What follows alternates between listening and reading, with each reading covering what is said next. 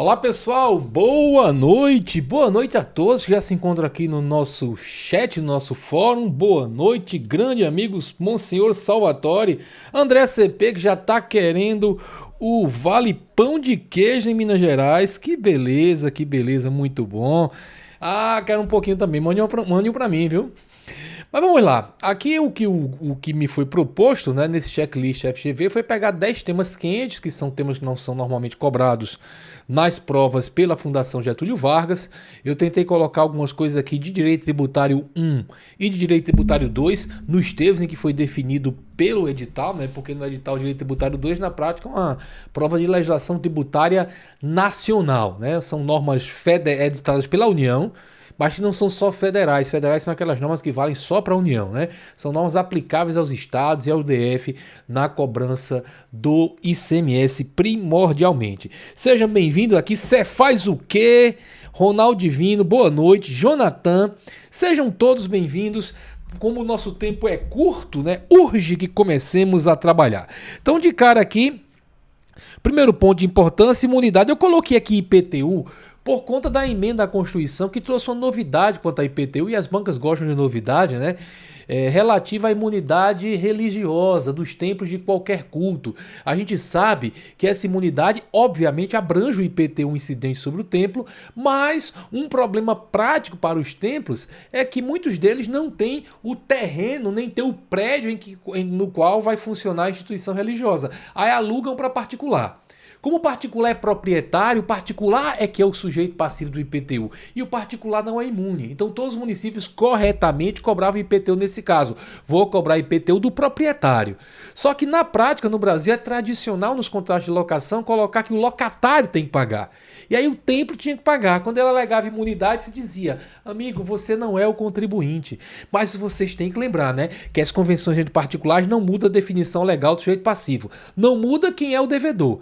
Mas essa convenção de particular, o contrato de aluguel, né, que é uma convenção de particulares, vincula as partes. Então o templo teria que pagar o IPTU. Se não pagasse, o locatário pagaria o IPTU para o fisco e cobraria do templo numa ação regressiva. Então a Constituição foi emendada e passou a dizer que a imunidade, nesse caso, é só para essa, só para a imunidade dos templos de qualquer culto. Não foi uma modificação para todas as imunidades. Essa imunidade também se aplica no caso em que o templo é locatário. Então não é necessário que o templo seja proprietário, a imunidade também se aplica. Eu também coloquei aqui do IOF, porque é uma decisão recente quanto à IOF, mas que já tinha sido proferida anteriormente para a União.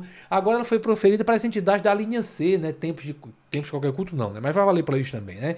Porque apesar de não ter citado, o raciocínio é o mesmo. Mas vai valer para instituições, os partidos políticos, as fundações, entidades sindicais de trabalhadores, instituições de educação e assistência social sem fins lucrativos, bem, aquelas que são imunizadas, né? O que é que já aconteceu? Lá atrás, discutindo um caso da União, né, um caso referente à União Federal cobrando IPTU IOF sobre operações financeiras de estados e municípios, a União alegava o seguinte: ora, essa imunidade é apenas para impostos sobre patrimônio, renda e serviço. O IOF não é imposto sobre patrimônio, sobre renda ou sobre serviço, mas o que o judiciário disse é que, olha, se o Estado faz uma operação financeira, por exemplo, uma operação de crédito, que é sujeito ao IOF, né, e a imunidade não se aplica, obviamente vai se cobrar o IOF e vai retirar patrimônio do Estado. Então não é porque a Constituição falou patrimônio, renda e serviço que você vai usar uma classificação infraconstitucional, uma classificação trazida pelo Código, né, que diz quais são os impostos sobre patrimônio, sobre renda e sobre serviço e não lista o IOF entre eles, que você vai deixar de aplicar essa imunidade. A ideia é que o poder público não tire recursos dos entes federados, porque isso agrediria o pacto federativo. Tirar dinheiro é tirar autonomia é pôr em risco a federação. Mas recentemente, o Supremo decidiu a mesmíssima coisa, como não poderia deixar de ser, para outras entidades imunes, instituição de assistência social sem fins lucrativos, por exemplo, realizando operação financeira, a União vai cobrar IOF, alegando a mesma coisa. Veja que as teses se repetem, mesmo já tendo sido rejeitadas, né? Alegando que não é imposto sobre patrimônio, sobre renda ou sobre serviço, a União alegou a mesma coisa e os estados alegaram a mesma coisa e venceram, né? Os estados não, desculpa, as instituições alegaram a mesma coisa que eu acabei de citar, né? A imunidade não pode ser filtrada por uma regra infralegal, a regra do Código dizendo que é imposto sobre patrimônio, sobre renda ou sobre serviço. Tributou com o IOF, tributou o patrimônio, diminuiu o patrimônio, isso também agride a imunidade dada a esses entes. Vosso Vasco, meu amigo Ronald Marques, virou, mas apesar de ser flamenguista, eu sou flamenguista, portanto não entendo a Série B, né? Mas cuidado que tem, se você olhar pelo retrovisor aqui, tem um rubro-negro genérico, é verdade, mas daqui do Recife, bem na cola do vosso Vasco, grande companheiro. Mas vamos lá. Quanto ao ICMS, um ponto que é muito cobrado em prova, a gente sabe que essa imunidade, o judiciário diz que também se aplica para o ICMS, mas somente nos casos em que o ente imune está na posição de contribuinte de direito. Atenção, estar na posição de contribuinte de direito significa que ele está vendendo. Então a entidade imune que vende alguma coisa dentro dos seus objetivos institucionais, a imunidade ao ICMS se aplica, mas quando ela compra insumos, por exemplo, não se aplica, porque quando ela compra insumo, ela só é contribuinte de fato, e a imunidade não abrange o contribuinte de fato, ela só é aplicável para contribuinte de direito. Isso aqui já foi comentado anteriormente, quem assiste minhas aulas sabe que eu comento bastante essa decisão, trago todos os fundamentos, mas aqui a gente está numa revisão, né, fazendo só um checklist rapidinho. Então lembrar também, imunidade ao ICMS somente se aplica quando a entidade imune está na posição de contribuinte de direito, e lembre que isso é na posição de vendedor, nunca de comprador, beleza? Muito bem, vamos adiante. Aqui um tema que a GV adora cobrar, aliás, toda banca tem uma verdadeira tara nisso daí, que é a questão referente ao direito tributário penal. Eu gosto sempre de lembrar nas minhas aulas que o direito tributário penal é a parte do direito tributário que trata de infrações e penalidades.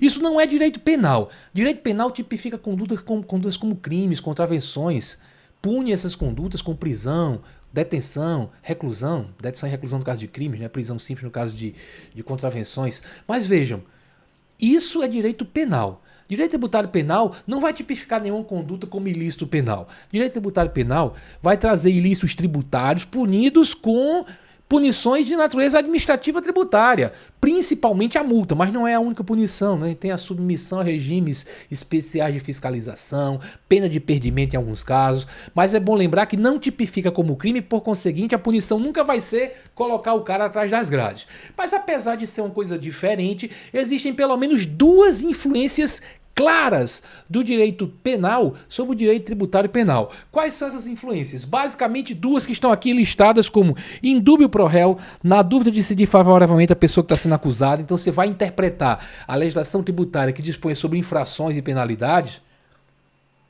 Se houver dúvida, você deve sanar a dúvida favoravelmente à pessoa que está sendo acusada. Se há dúvida, por exemplo, sobre a gradação da infração, por exemplo, se a legislação previu uma punição maior para quem age com dolo e uma punição mais leve para quem comete a infração sem dolo, se há dúvida na interpretação ali, se aquele caso ali abrange uma situação dolosa ou não, se aquilo é dolo ou não, você vai dar a interpretação mais favorável ao sujeito passivo e vai aplicar a multa menor, aquela aplicável quando não há dolo. Agora lembrar, a retroatividade da lei melhor, que é a segunda das nossas interferências, que aqui é a retroatividade da lei benigna, também a influência do direito tributário penal, do direito penal sobre o direito tributário.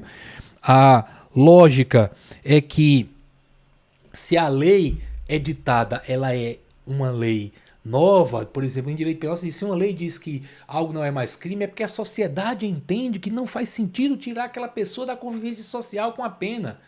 Então, se o cara cometeu aquilo no passado, bota em liberdade, não é só daqui para o futuro. Em direito tributário também acontece a mesma coisa. Se a lei nova, ela diminui uma multa ou diz que algo não é mais ilícito, você aplica essa lei retroativamente. Mas lembrem, é essencial lembrar, apesar de ser bem semelhante ao direito penal, há uma grande diferença. Porque em direito penal, a retroatividade da lei melhor para o infrator, ela não encontra obstáculo na coisa julgada. Mesmo que o ato esteja definitivamente julgado, alguém foi condenado por decisão transitada em julgada, por exemplo, pela prática de aborto, que é um crime que muitas pessoas defendem que seja que haja abolite o crime, não seja mais crime. Então foi condenado, está lá preso. Vem uma nova lei dizendo que aborto não é mais crime, o que é que acontece? Essa pessoa é posta em liberdade. Mas já tinha decisão transitada em julgado. Mas não tem conversa, a Constituição garante essa retroatividade mesmo com a coisa julgada. Agora, em se tratando de matéria tributária, a retroatividade da lei melhor, que é prevista no artigo 112, desculpem, Artigo 90, agora variou na minha cabeça, 106, achei o artigo, 106, inciso 2 do CTN, ela já é introduzida dizendo assim, que a lei retroage, tratando-se de ato não definitivamente julgado, aí lista os casos, inclusive nos casos que são leis que são melhores para o infrator, mas tem que se tratar de ato não definitivamente julgado. Então aqui em direito tributário não há retroatividade da lei melhor se o ato já estiver definitivamente julgado. Lá em direito penal você sabe que há essa retroatividade. Então atenção para esse aspecto, Fundação Getúlio Vargas, como as outras, gostam bastante de cobrar. Aqui também, questão clássica de prova da parte de garantias e privilégios, dois dispositivos seguidos do Código, 185 e o 185A, tratam de penhora online e fraude à execução. O primeiro é fraude à execução, eu gosto de destacar aqui, inscrito como dívida ativa. O que é que acontece? O que é fraude à execução? De maneira bem simplificada, eu gosto de lembrar que todo mundo, já ouviu falar daquele cara que tá devendo pra caramba, com medo de virem cobrar dele, e ele começa a botar seus bens no nome de outras pessoas. O que é isso? Botar os bens no nome de outra pessoa para quando vier executar não ter nada para penhorar. Então ele quer fraudar uma futura execução. Em direito tributário, a configuração da execução é até mais simples do que existe lá em direito privado. Não vou nem falar de direito privado, porque eu estou estudando direito tributário aqui. Né? Você vai olhar somente o seguinte: se o sujeito já tinha débito inscrito como dívida ativa, é a parte mais cobrada, é esse momento. Só a partir da inscrição em dívida ativa, somente a partir daí que pode se configurar a fraude à execução. Basta que haja inscrição em dívida ativa. Não é necessário que isso esteja registrado no cartório de registro de imóveis para que você possa dizer que uma alienação foi fraudulenta. Não é necessário que comprove o tal do consiliums fraude para dizer que quem está comprando na realidade está em concílio, está em acordo com quem está vendendo. Isso existe em direito privado. Aqui em direito tributário, conversa não vai existir. Analisar o que o cara está pensando, nada. Você vai só ver. Está escrito em dívida ativa? Tá. Então se ele começar a alienar ou onerar, essas palavras são importantes, alienar ou onerar seus bens.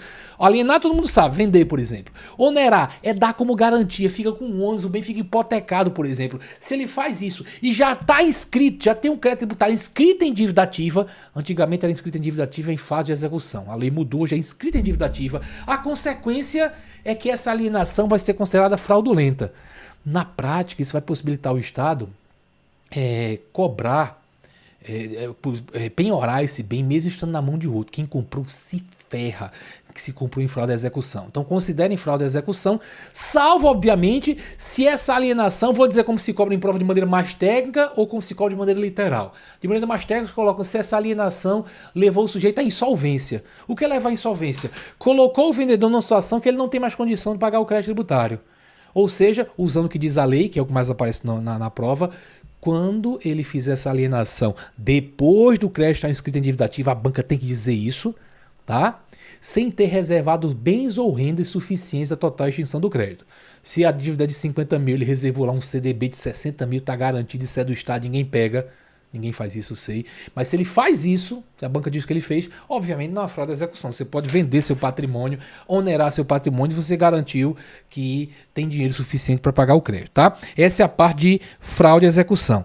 E sobre penhora online, a gente tem que lembrar que ocorre a penhora online naquelas execuções que tendem a serem execuções frustradas. O devedor, como está dito aqui, devidamente citado, essa é a parte mais cobrada, ele tem que estar citado, tá? Tem que ter sido citado. Lembrar, o juiz despacha na execução fiscal dizendo cite-se, que é para que o oficial de justiça entregue aquela cartinha ao devedor dizendo que ele tem 5 dias para pagar ou garantir a execução. Está lá na parte sua processual tributária, a parte de execução fiscal. Você tem que saber disso, né? O juiz, quando se ajuiza a ação, se sorteia o juiz, isso é chamado de a distribuição da ação. O juiz despacha fazendo a citação. Esse despacho você tem que lembrar também que ele tem alguns efeitos, né? O despacho do juiz que ordenar a citação e execução fiscal faz o quê? Faz o quê? Interrompe a prescrição, certo? Interrompe a prescrição. Aí se o sujeito é devidamente citado, não paga, não oferece bens a penhora e não são encontrados bens penhoráveis, ou seja, a execução vai ser frustrada, então o juiz vai determinar, mas eu acho que vai retornar, rapidinho retornou. Vamos lá. Então a decisão tem que ser confirmada preferencialmente por meio eletrônico aos órgãos e entidades que promovem registro de transferência de bens, especialmente ao registro público de imóveis e às autoridades supervisoras do mercado bancário. Né? Existe um sistema Bacenjude, que agora se transformou em Cisbajude, em que o juiz determina essa disponibilidade. Só que eu tinha me passado, perdão, Ronald Marques, para a configuração da fraude da execução, professor. Eu entendi ser a partir da citação. E isso era a partir da citação até o dia 9 de fevereiro de 2005, quando entrou em vigor a Lei Complementar 118. Porque o CTN, esse dispositivo aqui terminava dizendo, inscrito como dívida ativa em fase de execução. A STJ entendia que para estar em fase de execução e, portanto, se configurar a fraude de execução, era necessário que o devedor já estivesse citado. A Fazenda ficou revoltada com isso. Só quando ele for citado, demora pra caramba. Então, o que é que fizeram? Lei Complementar 118 de 2005, que entrou em vigor em 9 de fevereiro de 2005, como eu citei, apagou esse em fase de execução e colocou só inscrito em dívida ativa. Então, não precisa mais haver a citação. Beleza, valeu, grande Ronald. Mas vamos lá. Então, o juiz comunica a decisão ao Registro Público de Imóveis. Atenção! Você vai fazer a prova de processual tributário. Não confunda essa regra, que é uma regra que trata de penhora online. Na realidade, o juiz é uma indisponibilidade, ele declara indisponibilidade. Aí depois, quando chega a lista de bens do sujeito, ele faz com que a indisponibilidade só recaia sobre os bens que são suficientes a quitar o crédito. Já veio muita gente desesperada. Meu Deus, eu estou devendo 10 mil reais, bloquearam tudo que eu tinha 1 milhão em contas correntes e investimentos. Bloquearam tudão. Eu não consigo comprar um picolé. Aí o juiz tem que, obviamente, fazer com que a indisponibilidade recaia só sobre o que for suficiente a quitar o crédito. Não confunda, preste atenção, não confunda essa regra de indisponibilidade com o artigo 40 da LEF, que vai tratar de prescrição intercorrente e outras coisas. Porque lá se diz, lá se fala do caso de o devedor tributário não ser encontrado ou não serem encontrados bens penhoráveis. Pode nem ter sido encontrado para ser citado, então não ser encontrados bens penhoráveis. Aí existe todo um procedimento que o juiz vai executar. Ele vai suspender a execução por 1 ano, abrindo vista do processo para a Fazenda Pública, para o procurador fazer o quê? Procurar, né? Procurar bens. Então durante esse 1 ano o processo fica lá suspenso. Passado esse 1 ano, não encontrou nada, o juiz determina arquivamento dos autos. Mas é arquivamento, não aquele arquivamento triste fim de Policarpo Quaresma, né, que a gente costuma dizer, arquivou, já era, acabou. Mas não, arquivamento sem baixa na distribuição. O que é que significa isso? Não dá baixa. Quando eu não falei para você que distribuição é quando sorteia o juiz, sorteou o juiz Ricardo, o processo foi distribuído para mim. Quando se diz arquivamento sem baixa na distribuição, é porque não sai do meu nome o processo, está sob minha responsabilidade. É só para sair daquele ambiente da vara em que os processos estão andando. Aquele não está andando, está parado, não achou o devedor, não acharam bens penhoráveis. O processo foi arquivado. Aí o que é que acontece? Passa 1 ano esse processo arquivado. Desculpa, passou 1 ano e o processo foi arquivado. Aí se dá a decisão que determinou o arquivamento, passado o prazo de 5 anos, o juiz decreta a prescrição intercorrente. Cuidado que a regra é parecida. Tá? Só que no caso lá da providência do juiz para declarar a indisponibilidade dos bens é se o cara já foi citado e não forem encontrados bens penhoráveis. O cara não pagou, não garantiu a execução, nem foram encontrados bens penhoráveis. Certo? Aí o que acontece? O juiz determina a indisponibilidade dos seus bens. Às vezes não acha nada de jeito nenhum mesmo, ele vai aplicar artigo 40 também da LEF, né? Vai determinar suspensão do processo por 1 ano, depois arquivamento, depois para decretar a prescrição intercorrente. Então veja a confluência dos dois dispositivos. Confluência não é nem bonito, né? Nem domingo para estar falando uma palavra tão bonita dessa, mas é isso aí mesmo que tem que fazer. Beleza? Vamos adiante, né? Para falar do nosso próximo ponto. Ordem do crédito tributário na falência, um ponto muito cobrado. Vocês têm que lembrar que a lógica, né, para os processos de cobrança em geral é que existe uma prioridade do crédito trabalhista, né, que é um crédito de natureza alimentícia para o trabalhador sobreviver. Crédito trabalhista, crédito de acidente de trabalho, que também tem natureza alimentícia.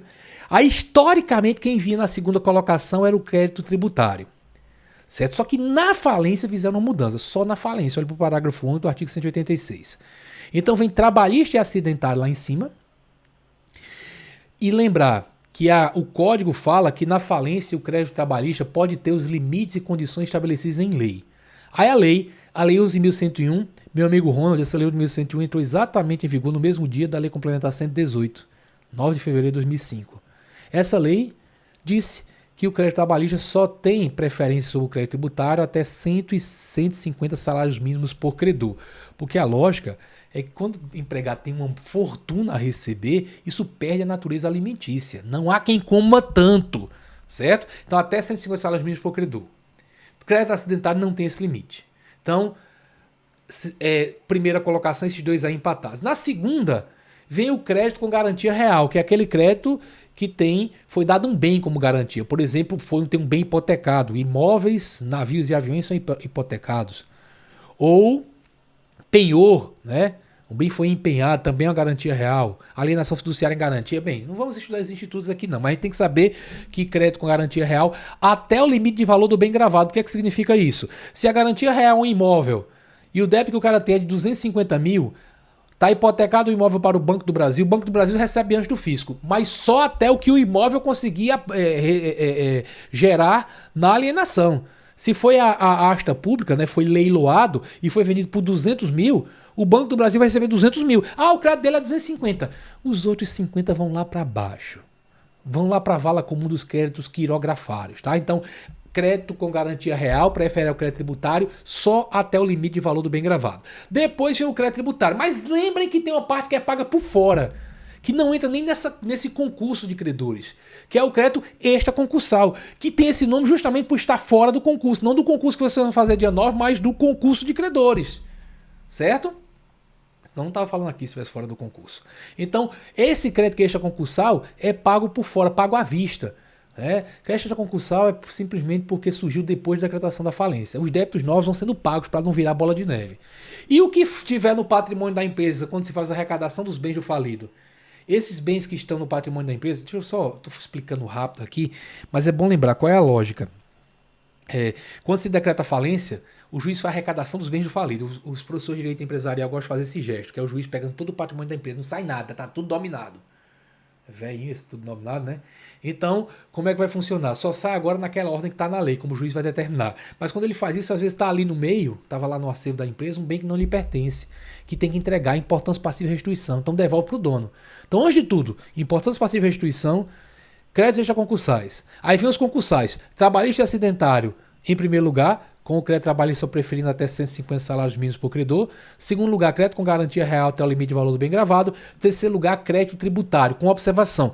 Crédito tributário só relativo a tributo. Crédito tributário relativo à multa vai lá para o fim, porque o código diz que ele só prefere aos créditos subordinados. Beleza? Vamos lá. Lançamento por declaração não pago. Identificado o erro. Pode o contribuinte retificar? Pode, desde que ele comprove o erro que existe na declaração. Certo? Desde que ele comprove o erro.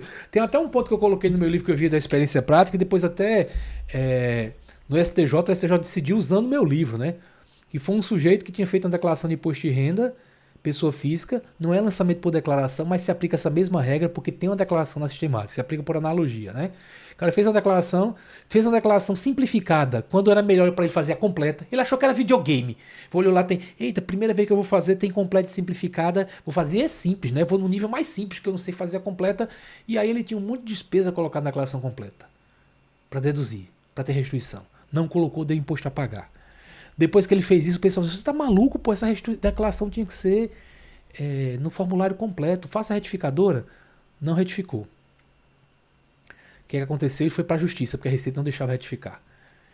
Porque o código diz que é possível a retificação se ele comprovar erro. E uma frase que eu usei, que a ministra usou também, é que opção desvantajosa não configura erro. O cara podia optar por não, pediu a pior opção, optou pela pior opção, ele não pode retificar. Agora, se é o caso aqui dele comprovar erro, ele pode fazer retificação. E lembrar que o código diz que os erros apuráveis pelo seu mero exame podem ser alterados de ofício. Ou seja, a autoridade administrativa viu que está errado, ela obviamente pode corrigir de ofício. Para qualquer lado, pode ser melhorando a situação do sujeito ou piorando-a do ponto de vista tributário. Beleza? Exatamente, doutor Ronald Marques. Se você tentar retificar uma declaração que você já transmitiu após terminar o prazo para entrega, você nem recebe, a Receita nem recebe, você não consegue transmitir. Vai dizer, olha, mudança de formulário não é possível, retificação. Beleza? Então, ordem de crédito tributário na falência, dê atenção a esses aspectos que eu citei. Responsabilidade pessoal do gerente, caso que é sempre muito cobrado em prova, né? O Código Tributário Nacional, lá no artigo 135, lista várias pessoas que quando praticarem, vejam, são 4 atos. Atos com infração de lei, infração de contrato social, ou infração de estatutos, ou com excesso de poderes, essas pessoas vão responder pessoalmente pelo débito devido. Na lista ali não aparece sócio. Aparecem os gerentes, os administradores, né? Hoje chamam mais de administrador, diretores, quem tem poder de mando na empresa. Então o que é que acontece? Quando essas pessoas que têm poder de mando praticam esses atos, elas respondem pessoalmente pelo crédito tributário. Ocorre que, via de regra, nas sociedades limitadas, que é como se chama a antiga sociedade por cotas de responsabilidade limitada, nas sociedades limitadas você bota um sócio para ser gerente. Via de regra, não é obrigatório. Aí, por isso que se fala muito da responsabilidade do sócio gerente. Lembrar, não há responsabilidade porque o cara é sócio, mas porque ele é gerente. Aí o que é que acontece? Se ele fizer uma daquelas coisas, ele é responsabilizado. Lembrar que o mero inadimplemento não gera responsabilização. Se a empresa não pagou porque não tem dinheiro, o débito é da empresa. Ah, Ricardo, mas inadimplemento é uma agressão à lei. Sim, mas não é esse tipo de agressão à lei de que a lei trata. Se fosse assim, o sócio responderia sempre. Né? Se a FIS está cobrando é porque está devendo, então o sócio responde. Na realidade, não basta inadimplemento, tem que ter outra coisa, como por exemplo o sócio que praticou sonegação, aí ele responde, que já é crime, certo? Ou o caso da súmula 435 do Superior Tribunal de Justiça. A 430 que diz que o inadimplemento por si só não gera responsabilidade. Mas a 435 diz que se a empresa for dissolvida irregularmente, o que é presumido se ela deixar de funcionar no seu lugar. Então se você procurou a empresa sumiu dali, presume-se que ela foi dissolvida irregularmente. Como é o sócio que teria que tomar providências para dissolver regularmente a empresa, o sócio pode ser responsabilizado pelo débito devido. O que a STJ resolveu recentemente, e tem muita polêmica sobre isso, muita gente não concorda, mas vou dizer o que vale em prova, porque é o que a STJ diz hoje, foi a questão seguinte: se o débito foi gerado quando Zé era o sócio gerente, certo? Só que 3 anos, só que era débito da empresa. Zé não agiu com agressão à lei, contrato social e estatutos. Mas era Zé o administrador quando o débito tributário foi gerado. Só que mais à frente, certo? João era o administrador da empresa, não mais Zé. E na época que João era administrador da empresa, ele fechou as portas. E não disse para o fisco o que aconteceu. Ou seja, dissolveu regularmente a empresa. Então, o sócio gerente vai responder: qual? João, que fechou as portas irregularmente, ou Zé, que foi quem gerou o débito, né? Zé era gerente quando gerou o débito. O que o STJ diz é: como a responsabilidade decorre do ato ilícito, e o ato ilícito foi... Qual prova que foi adiada a gran curso? Agora eu estou preocupado. Não é essa da Cefaz, não. Vamos lá, mas eu estou lendo lá. Eu sou hiperativo, sou TDAH, eu fico olhando várias coisas ao mesmo tempo. Como o ato ilícito que gera responsabilidade e o ato ilícito foi praticado por João, quem responde é João. É a pessoa que praticou efetivamente o ato ilícito, beleza? É sobre a pergunta que a Letícia está fazendo, a revisão da professora Sofia Feldman. Não estou entendendo mais nada, vamos lá. Vamos adiante. Então a responsabilidade do sócio-gerente é do sócio que estava na gerência no momento que a irresponsabilidade foi cometida. Ronald Marques falou sócio administrador, certíssimo, é a terminologia que se usa mais hoje, mas em prova eles gostam mais de chamar de sócio gerente, porque a palavrinha que aparece lá no artigo 135 é gerente e não administrador. Beleza? Também um ponto sempre cobrado em prova, caso de certidão positiva com efeito negativo. A gente tem que lembrar que certidão positiva é a certidão que prova que o cara deve, né? Prova que o sujeito deve. Essa certidão é quando o sujeito chega lá e pede, normalmente nem se emite certidão, diz: você tem débito aqui, não sai a certidão negativa. Certidão negativa é a que prova que ele não deve. Então, positiva com efeito negativo prova que ele deve, mas isso vai ter o efeito dele não dever, ou seja, certidão que mostra que ele deve, mas é que ele deve estar em situação, digamos assim, de regularidade. Então temos que memorizar, são os casos do artigo 205 do CTN, 206, desculpem, que diz que tem os mesmos efeitos previstos no artigo anterior. O artigo anterior que fala de certidão negativa, ou seja, tem o mesmo efeito negativa. A certidão em que conste, então se consta um débito, ela é positiva. Mas se consta débito em que situações? Primeiro, débito não vencido. Teve uma questão recente da GV que falava de um sujeito que sofreu uma autuação, tinha 30 dias para pagar o impugnado, estava no 5º dia, foi emitir uma certidão. Que certidão sai? Positiva, porque tem um débito registrado, mas com efeito negativo, porque o prazo não está vencido. Aí, também, os casos em que há suspensão de elegibilidade do crédito tributário. Então, se o crédito devido tem o crédito, o débito tributário, crédito no ponto de vista do código, né? Que é o ponto de vista sempre da Fazenda, o crédito tributário está suspenso. Que caso de suspensão? Todos os 6 casos do artigo 6, no artigo 151 do CTN, né? Moratória, reclamações e recursos, nos termos da Lei Reguladora do Processo Administrativo, depósito do montante integral, liminar de mandado de segurança, liminar de tela antecipada de transações judiciais e parcelamento. Decora. Até eu decorei, então você decora também. Esses 6 casos. Se disser, por exemplo, está concedido parcelamento e o sujeito pediu uma certidão, sai positiva com efeito negativa. E o terceiro caso, quando está em curso de cobrança executiva em que foi efetivada a penhora. Atenção, foi efetivada. Teve uma questão que foi cobrada há bastante tempo que dizia em que foram oferecidos bens à penhora. Se for oferecido bem a penhora, não sai certidão positiva com efeito negativo, não. Sai positiva, enquanto não houver penhora. O cara pode estar devendo R$1 milhão e ofereceu aquele Celta vermelho 98, todo esmaecido como garantia. Veja que não basta oferecer bem a penhora, tem que haver a penhora de bem suficiente, beleza? É essa a lógica.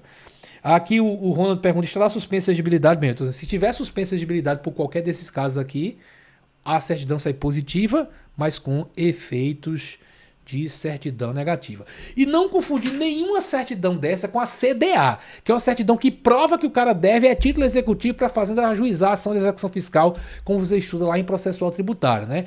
Para fazer a execução fiscal tem que ter título, meu amigo Rony, não adianta, Ronald, não adianta porque o Vascão não tem há bastante tempo, tem que ter título, e o título que é utilizado na ação de execução fiscal é um título executivo extrajudicial. Por que é extrajudicial? Porque ele é elaborado, ele é criado fora do Poder Judiciário. Né? A Fazenda escreve o débito em dívida ativa. Quando está inscrito em dívida ativa, se emite a certidão. O Judiciário não participou de nada ainda. Então essa certidão é um crédito executivo extrajudicial, certo? Que fundamenta a ação de execução fiscal.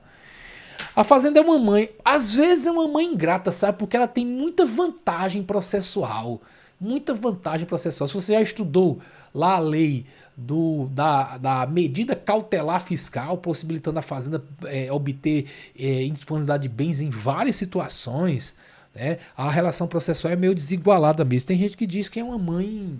Não estou nem criticando as madrachas, né? Uma mãe não muito boa, tem madracha muito boa. Vamos lá. Um outro ponto importante, comparativo aqui de Direito Tributário 2 entre a Lei Complementar 2475 e a Lei Complementar 170 de 2017. Bom lembrar que a Constituição prevê que os benefícios fiscais de ICMS só serão concedidos e revogados nos termos de deliberação conjunta dos Estados e do Distrito Federal. Certo? E eu coloco benefícios fiscais. Se olhar lá no artigo 1º da Lei Complementar 2475, que é quem regulamenta como essa deliberação conjunta vai acontecer, lá são listados vários benefícios. A gente lembra só de isenção, mas isenção, redução de base de cálculo, concessão de crédito presumido, até restituição total ou parcial do tributo, vários benefícios fiscais dependem de deliberação conjunta dos estados do DF. A Lei Complementar 2475 diz como essa deliberação acontece nas famosas reuniões do CONFAS, o Conselho Nacional de Política Fazendária. É uma reunião para a qual são convocados representantes de todos os estados e do DF, cada um manda o seu representante, normalmente é o secretário da Fazenda ou pasta equivalente, certo? E vão também representantes da União. Atenção, representantes da União presidem a reunião do CONFAS, mas não votam. Porque a deliberação, votar e deliberar, a deliberação conjunta prevista na Constituição, a deliberação conjunta dos estados e DF. Bota a União para presidir porque às vezes tem coisas de interesse de alguns estados ali e teria um quebra-pau, teria vantagem do cara estar lá presidindo a sessão. Então a União preside a sessão, certo? Aí, para votar, tem o quórum de instauração. Temos que ter pelo menos 14 dos estados e DF, né? Temos que ter 14 presentes, mais da metade.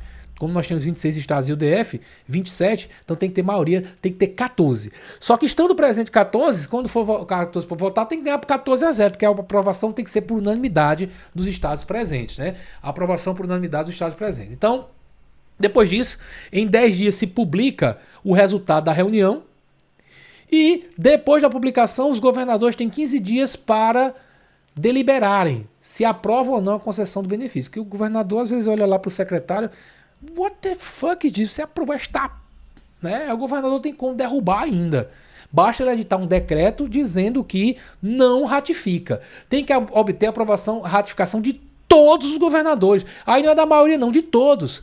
Mesmo aqueles que não estavam representados na sessão, na sessão daqueles estados, eles também têm que aprovar. Só que a aprovação pode ser feita aí por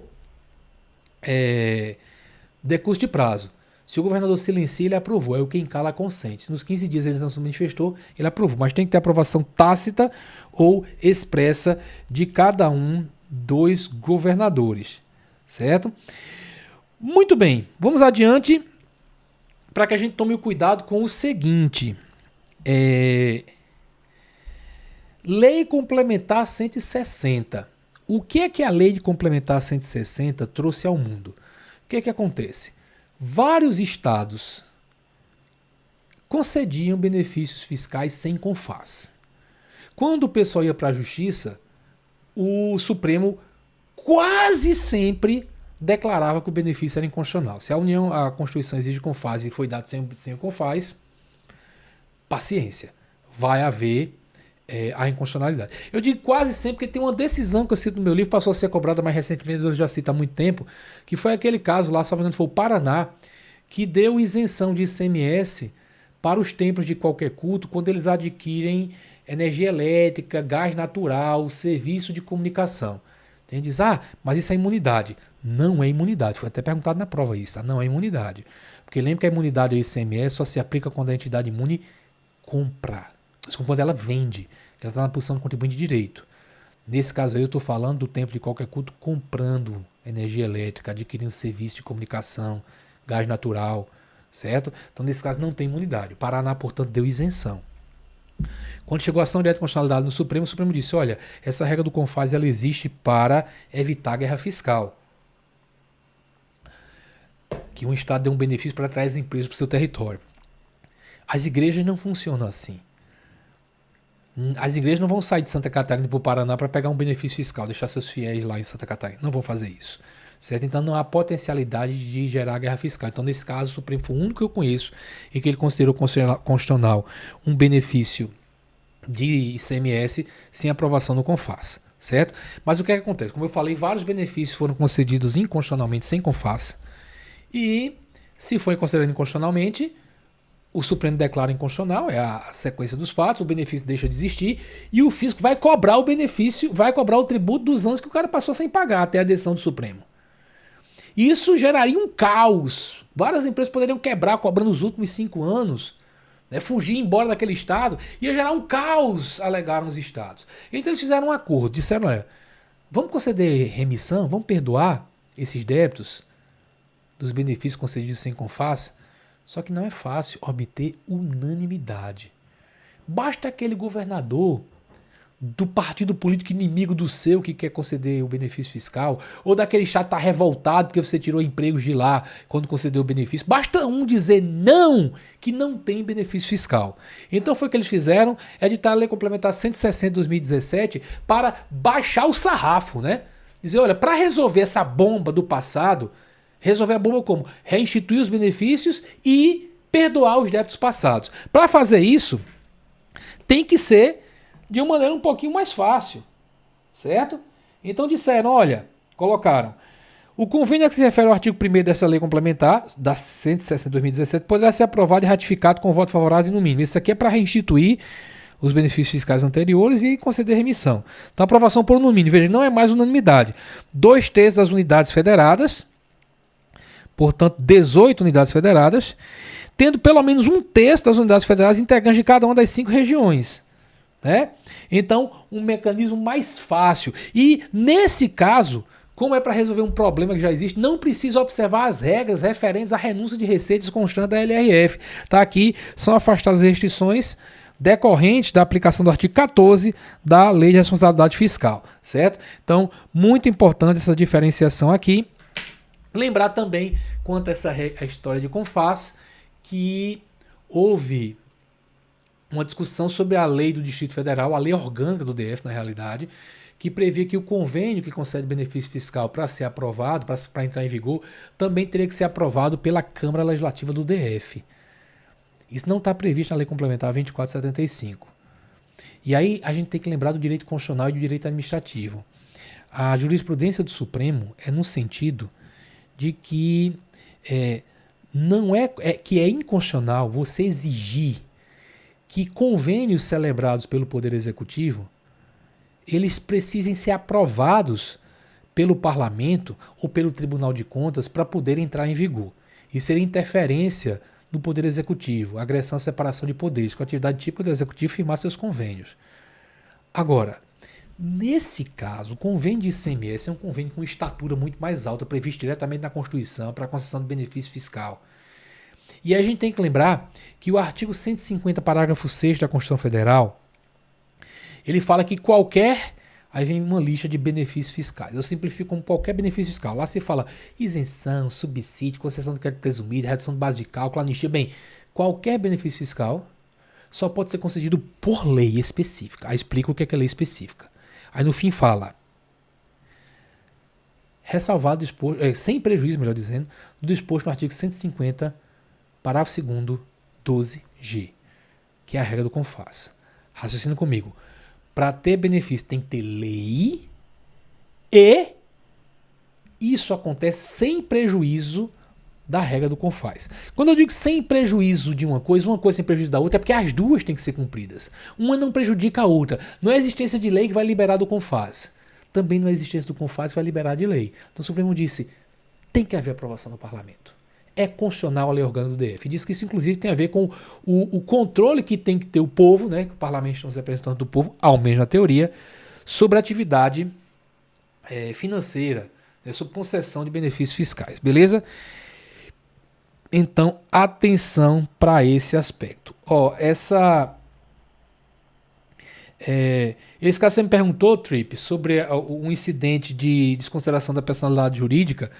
Ainda é controverso no âmbito do Superior Tribunal de Justiça. O que se sabe é o seguinte, se for especificamente um caso de responsabilidade do sócio, com base no artigo 135, se entende que isso não é sequer desconsideração de personalidade jurídica, porque a responsabilidade não é da empresa e depois se vai desconsiderar para cobrar do sócio. A responsabilidade já surge contra o sócio, porque o artigo 135 fala em responsabilidade pessoal do sócio. É isso que eu tenho defendido e o STJ já chegou a decidir assim em alguns casos. Mas quando o nome do sócio não foi aí na certidão dívida-ativa e querem provar lá dentro do processo de execução que há a responsabilidade do sócio, aí muitos têm exigido, tem exigido isso, mas acredito que não é o correto, mas ainda é um tema controverso.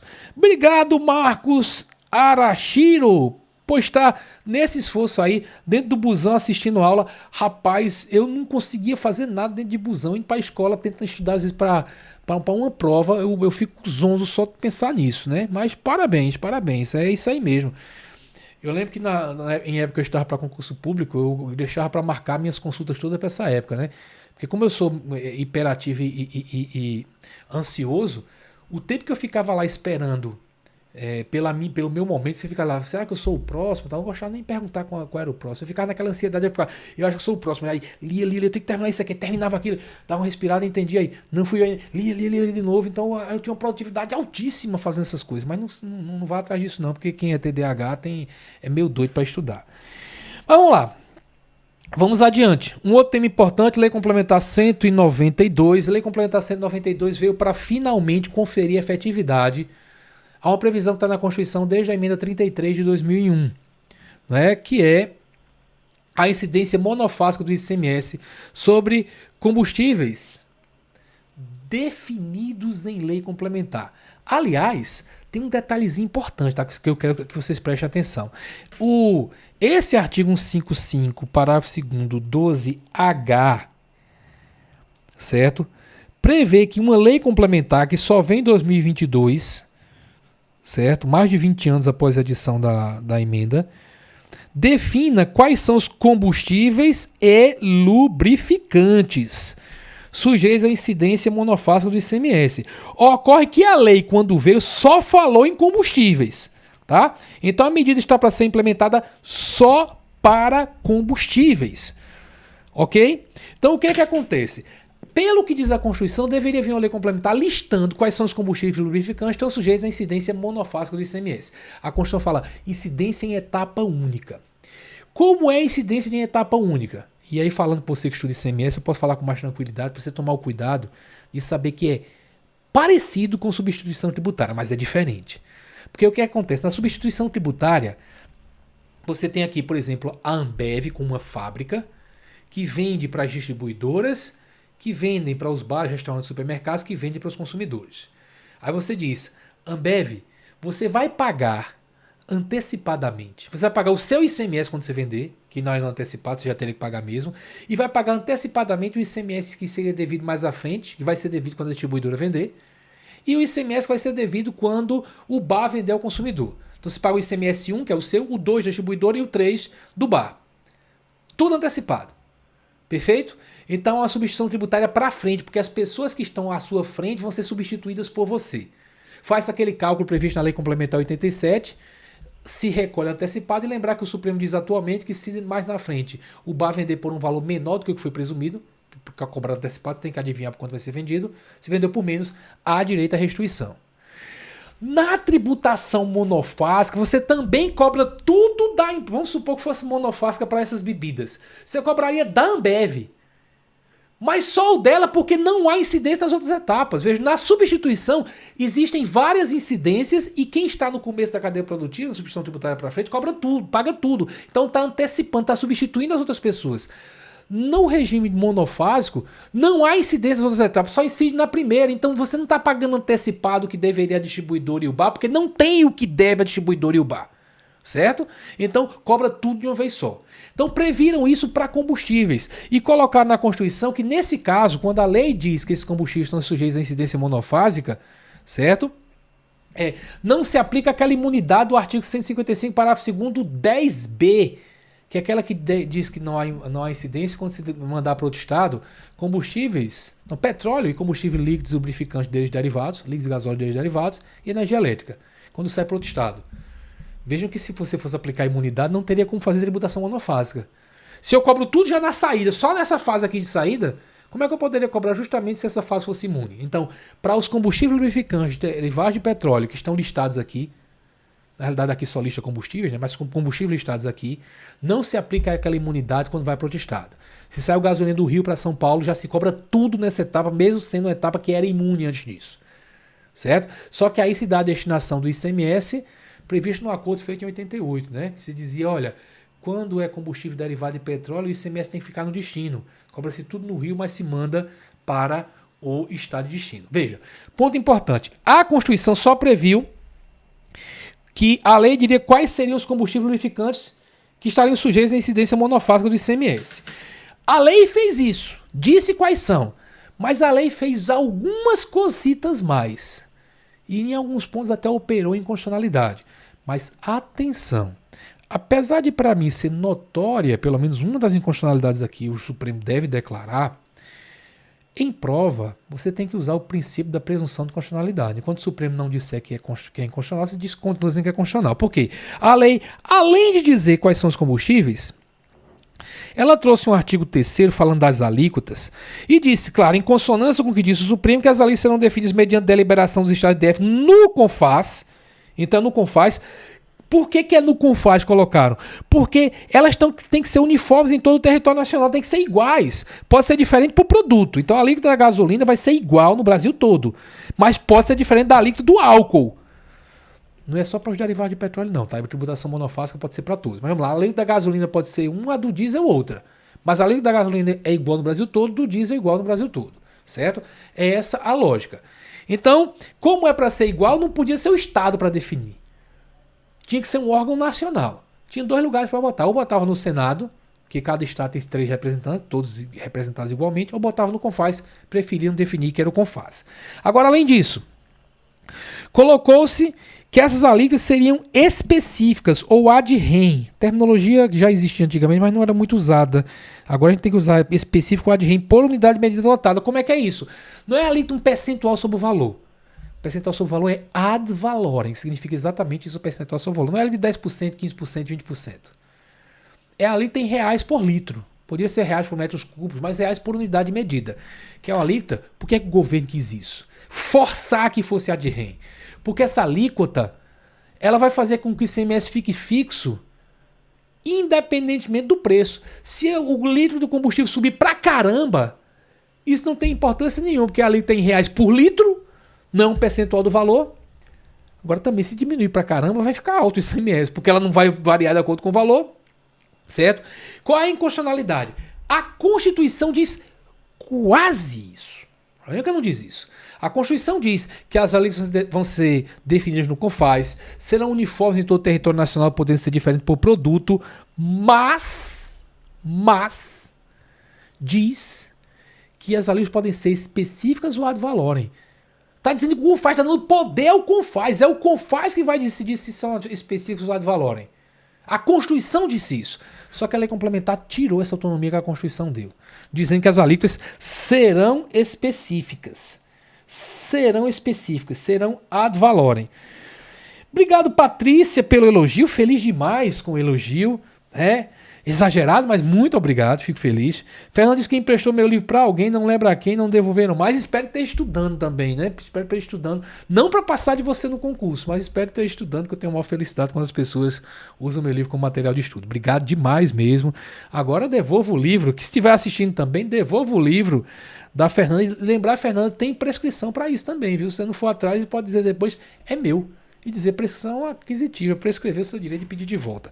Beleza? Mas aí em prova, você vai lembrar que, segundo a Constituição, as alíquotas podem ser específicas ou ad valorem, lembrando que esse ad rem é a mesma coisa que específica, mas a lei impôs, no meu entender inconstitucionalmente, mas impôs que as alíquotas fossem fixadas usando a técnica do ad rem. Beleza?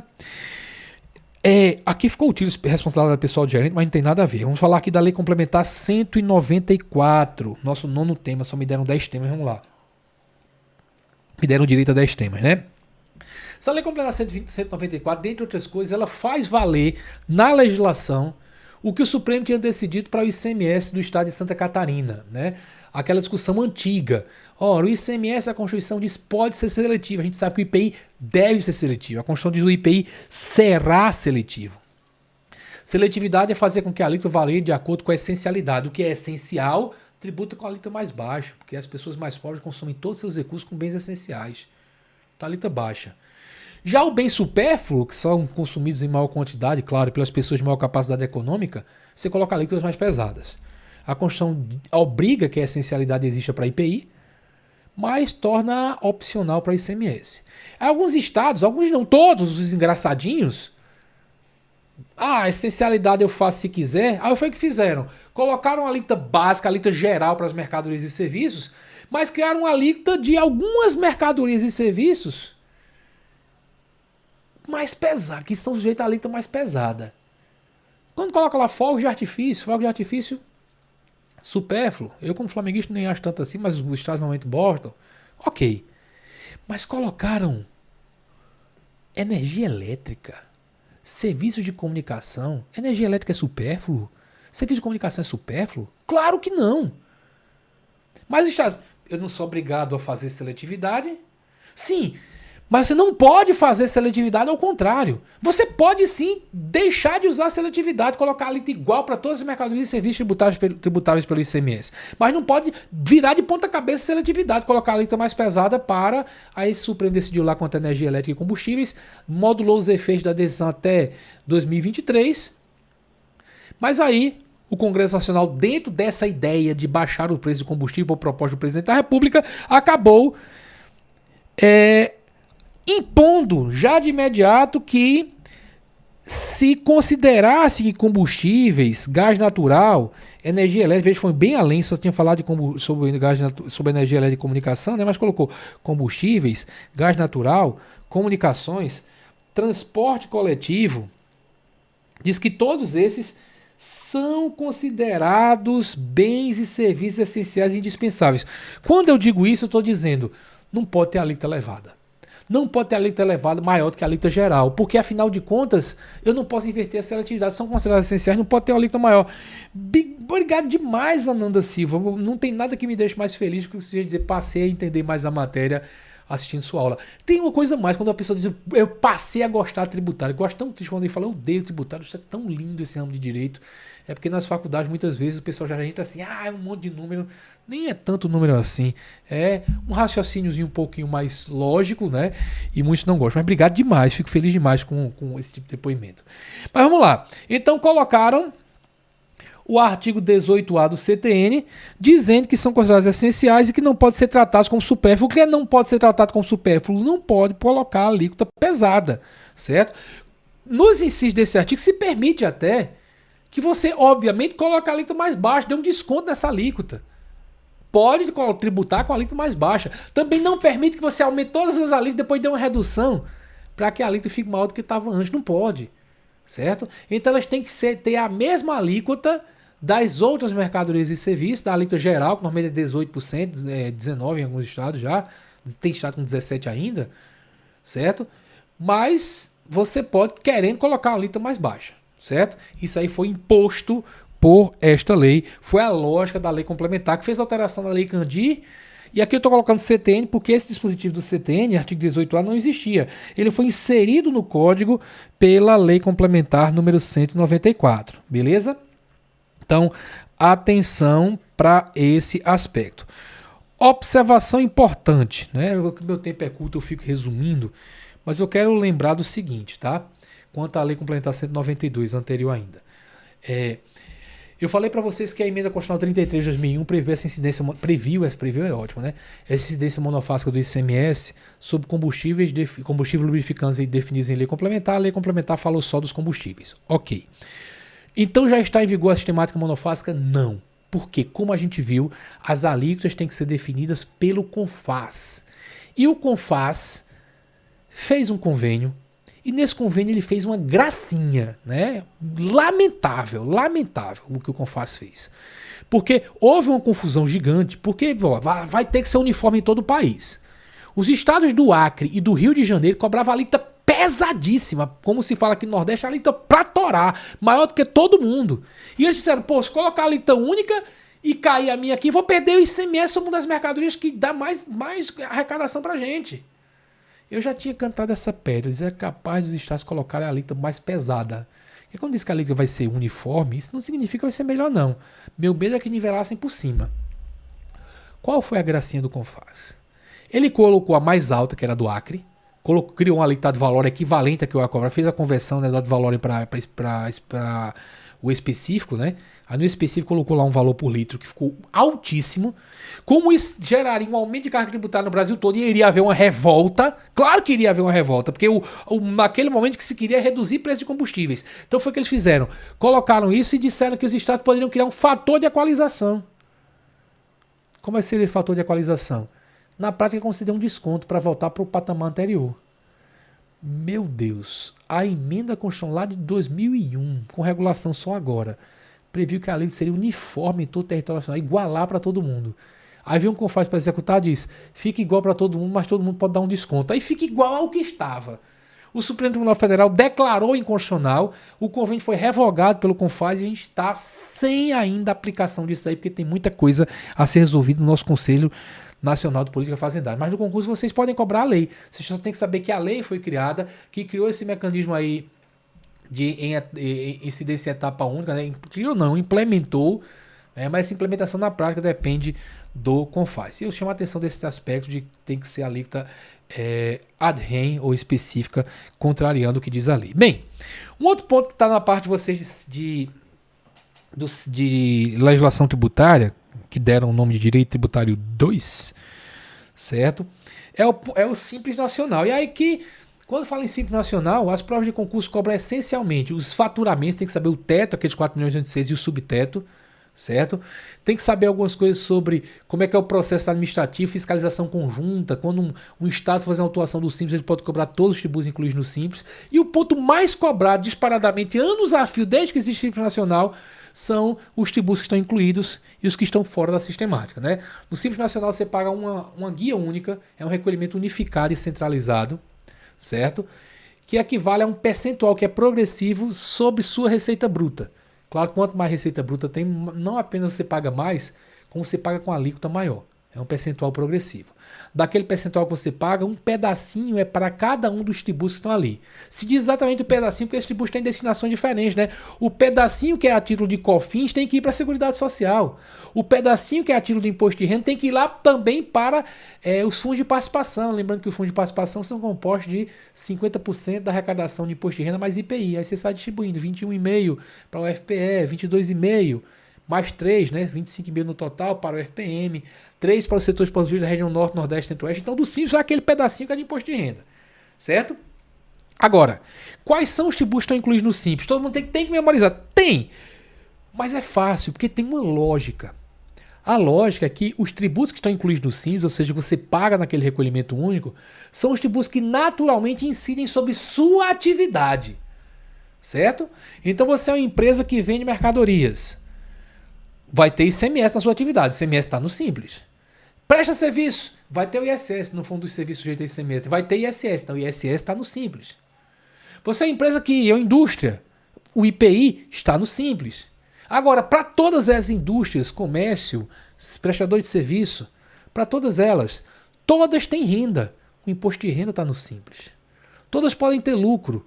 A contribuição social sobre o lucro líquido está no Simples. Todas têm faturamento, receita, PIS e COFINS estão no Simples. Todas as que têm seus empregados têm sua folha de pagamento da contribuição previdenciária patronal, está no Simples. A do empregado não. A do empregado tem ele que tem que pagar. A empresa retém na fonte e recolhe. Mas a contribuição previdenciária patronal está dentro do Simples Nacional. Veja que são tributos que estão ligados à atividade da empresa. Agora, a empresa tem um imóvel, a prestadora de serviço tem um imóvel. Isso é parte da atividade dela, tem imóvel? Não. Então o IPTU está fora. O imóvel área urbano, o imóvel área rural, ITR está fora. Imposto de importação está fora do Simples Nacional. Realizou operações financeiras, o IOF está fora do Simples Nacional. O ICMS eu disse que estava dentro, mas ICMS em situações específicas, como ICMS importação, está fora do Simples Nacional.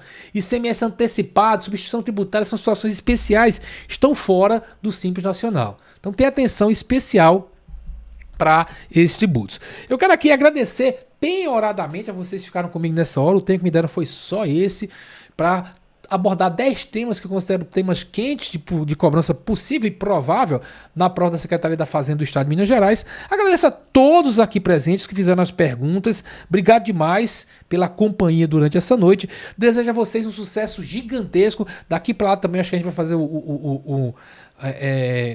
a revisão de véspera, né? Vai fazer mais alguns eventos ainda, mas a todos sucesso. E quando forem aprovados, não esqueçam de mandar uma mensagem para o professor dizendo: professor, passei, porque essa é uma das mensagens que eu mais gosto de receber. Eu sinto que fiz um pouquinho parte do seu sucesso na sua preparação.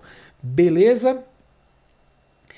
Uma pergunta aqui do Antônio. Diz assim: professor, a condição para uma empresa A que comprar uma B responder pelas dívidas de B só se ela seguir no mesmo ramo comercial de B é uma jurisprudência? Nunca vi questão sobre isso. Sim, você vai lá no artigo 133 do CTN, que fala não comprar da empresa toda, mas fala comprar um estabelecimento, pode comprar o fundo de comércio. Então quando você compra, certo? Lá está dito que o adquirente continua a mesma atividade, exploração da mesma atividade. Que é a ideia de sucessão empresarial. Empresa, apesar de falar empresa comprou, empresa vendeu, isso é errado, né? Porque quem compra é pessoa jurídica, quem vende é pessoa jurídica. Empresa é atividade, capital, trabalho organizado na busca do lucro, certo? Isso é empresa. Então se a empresa trabalhava com alinhamento e balanceamento de pneus e você comprou aquela unidade e transformou numa loja de roupa, você não responde por débito que aquela empresa tinha, não.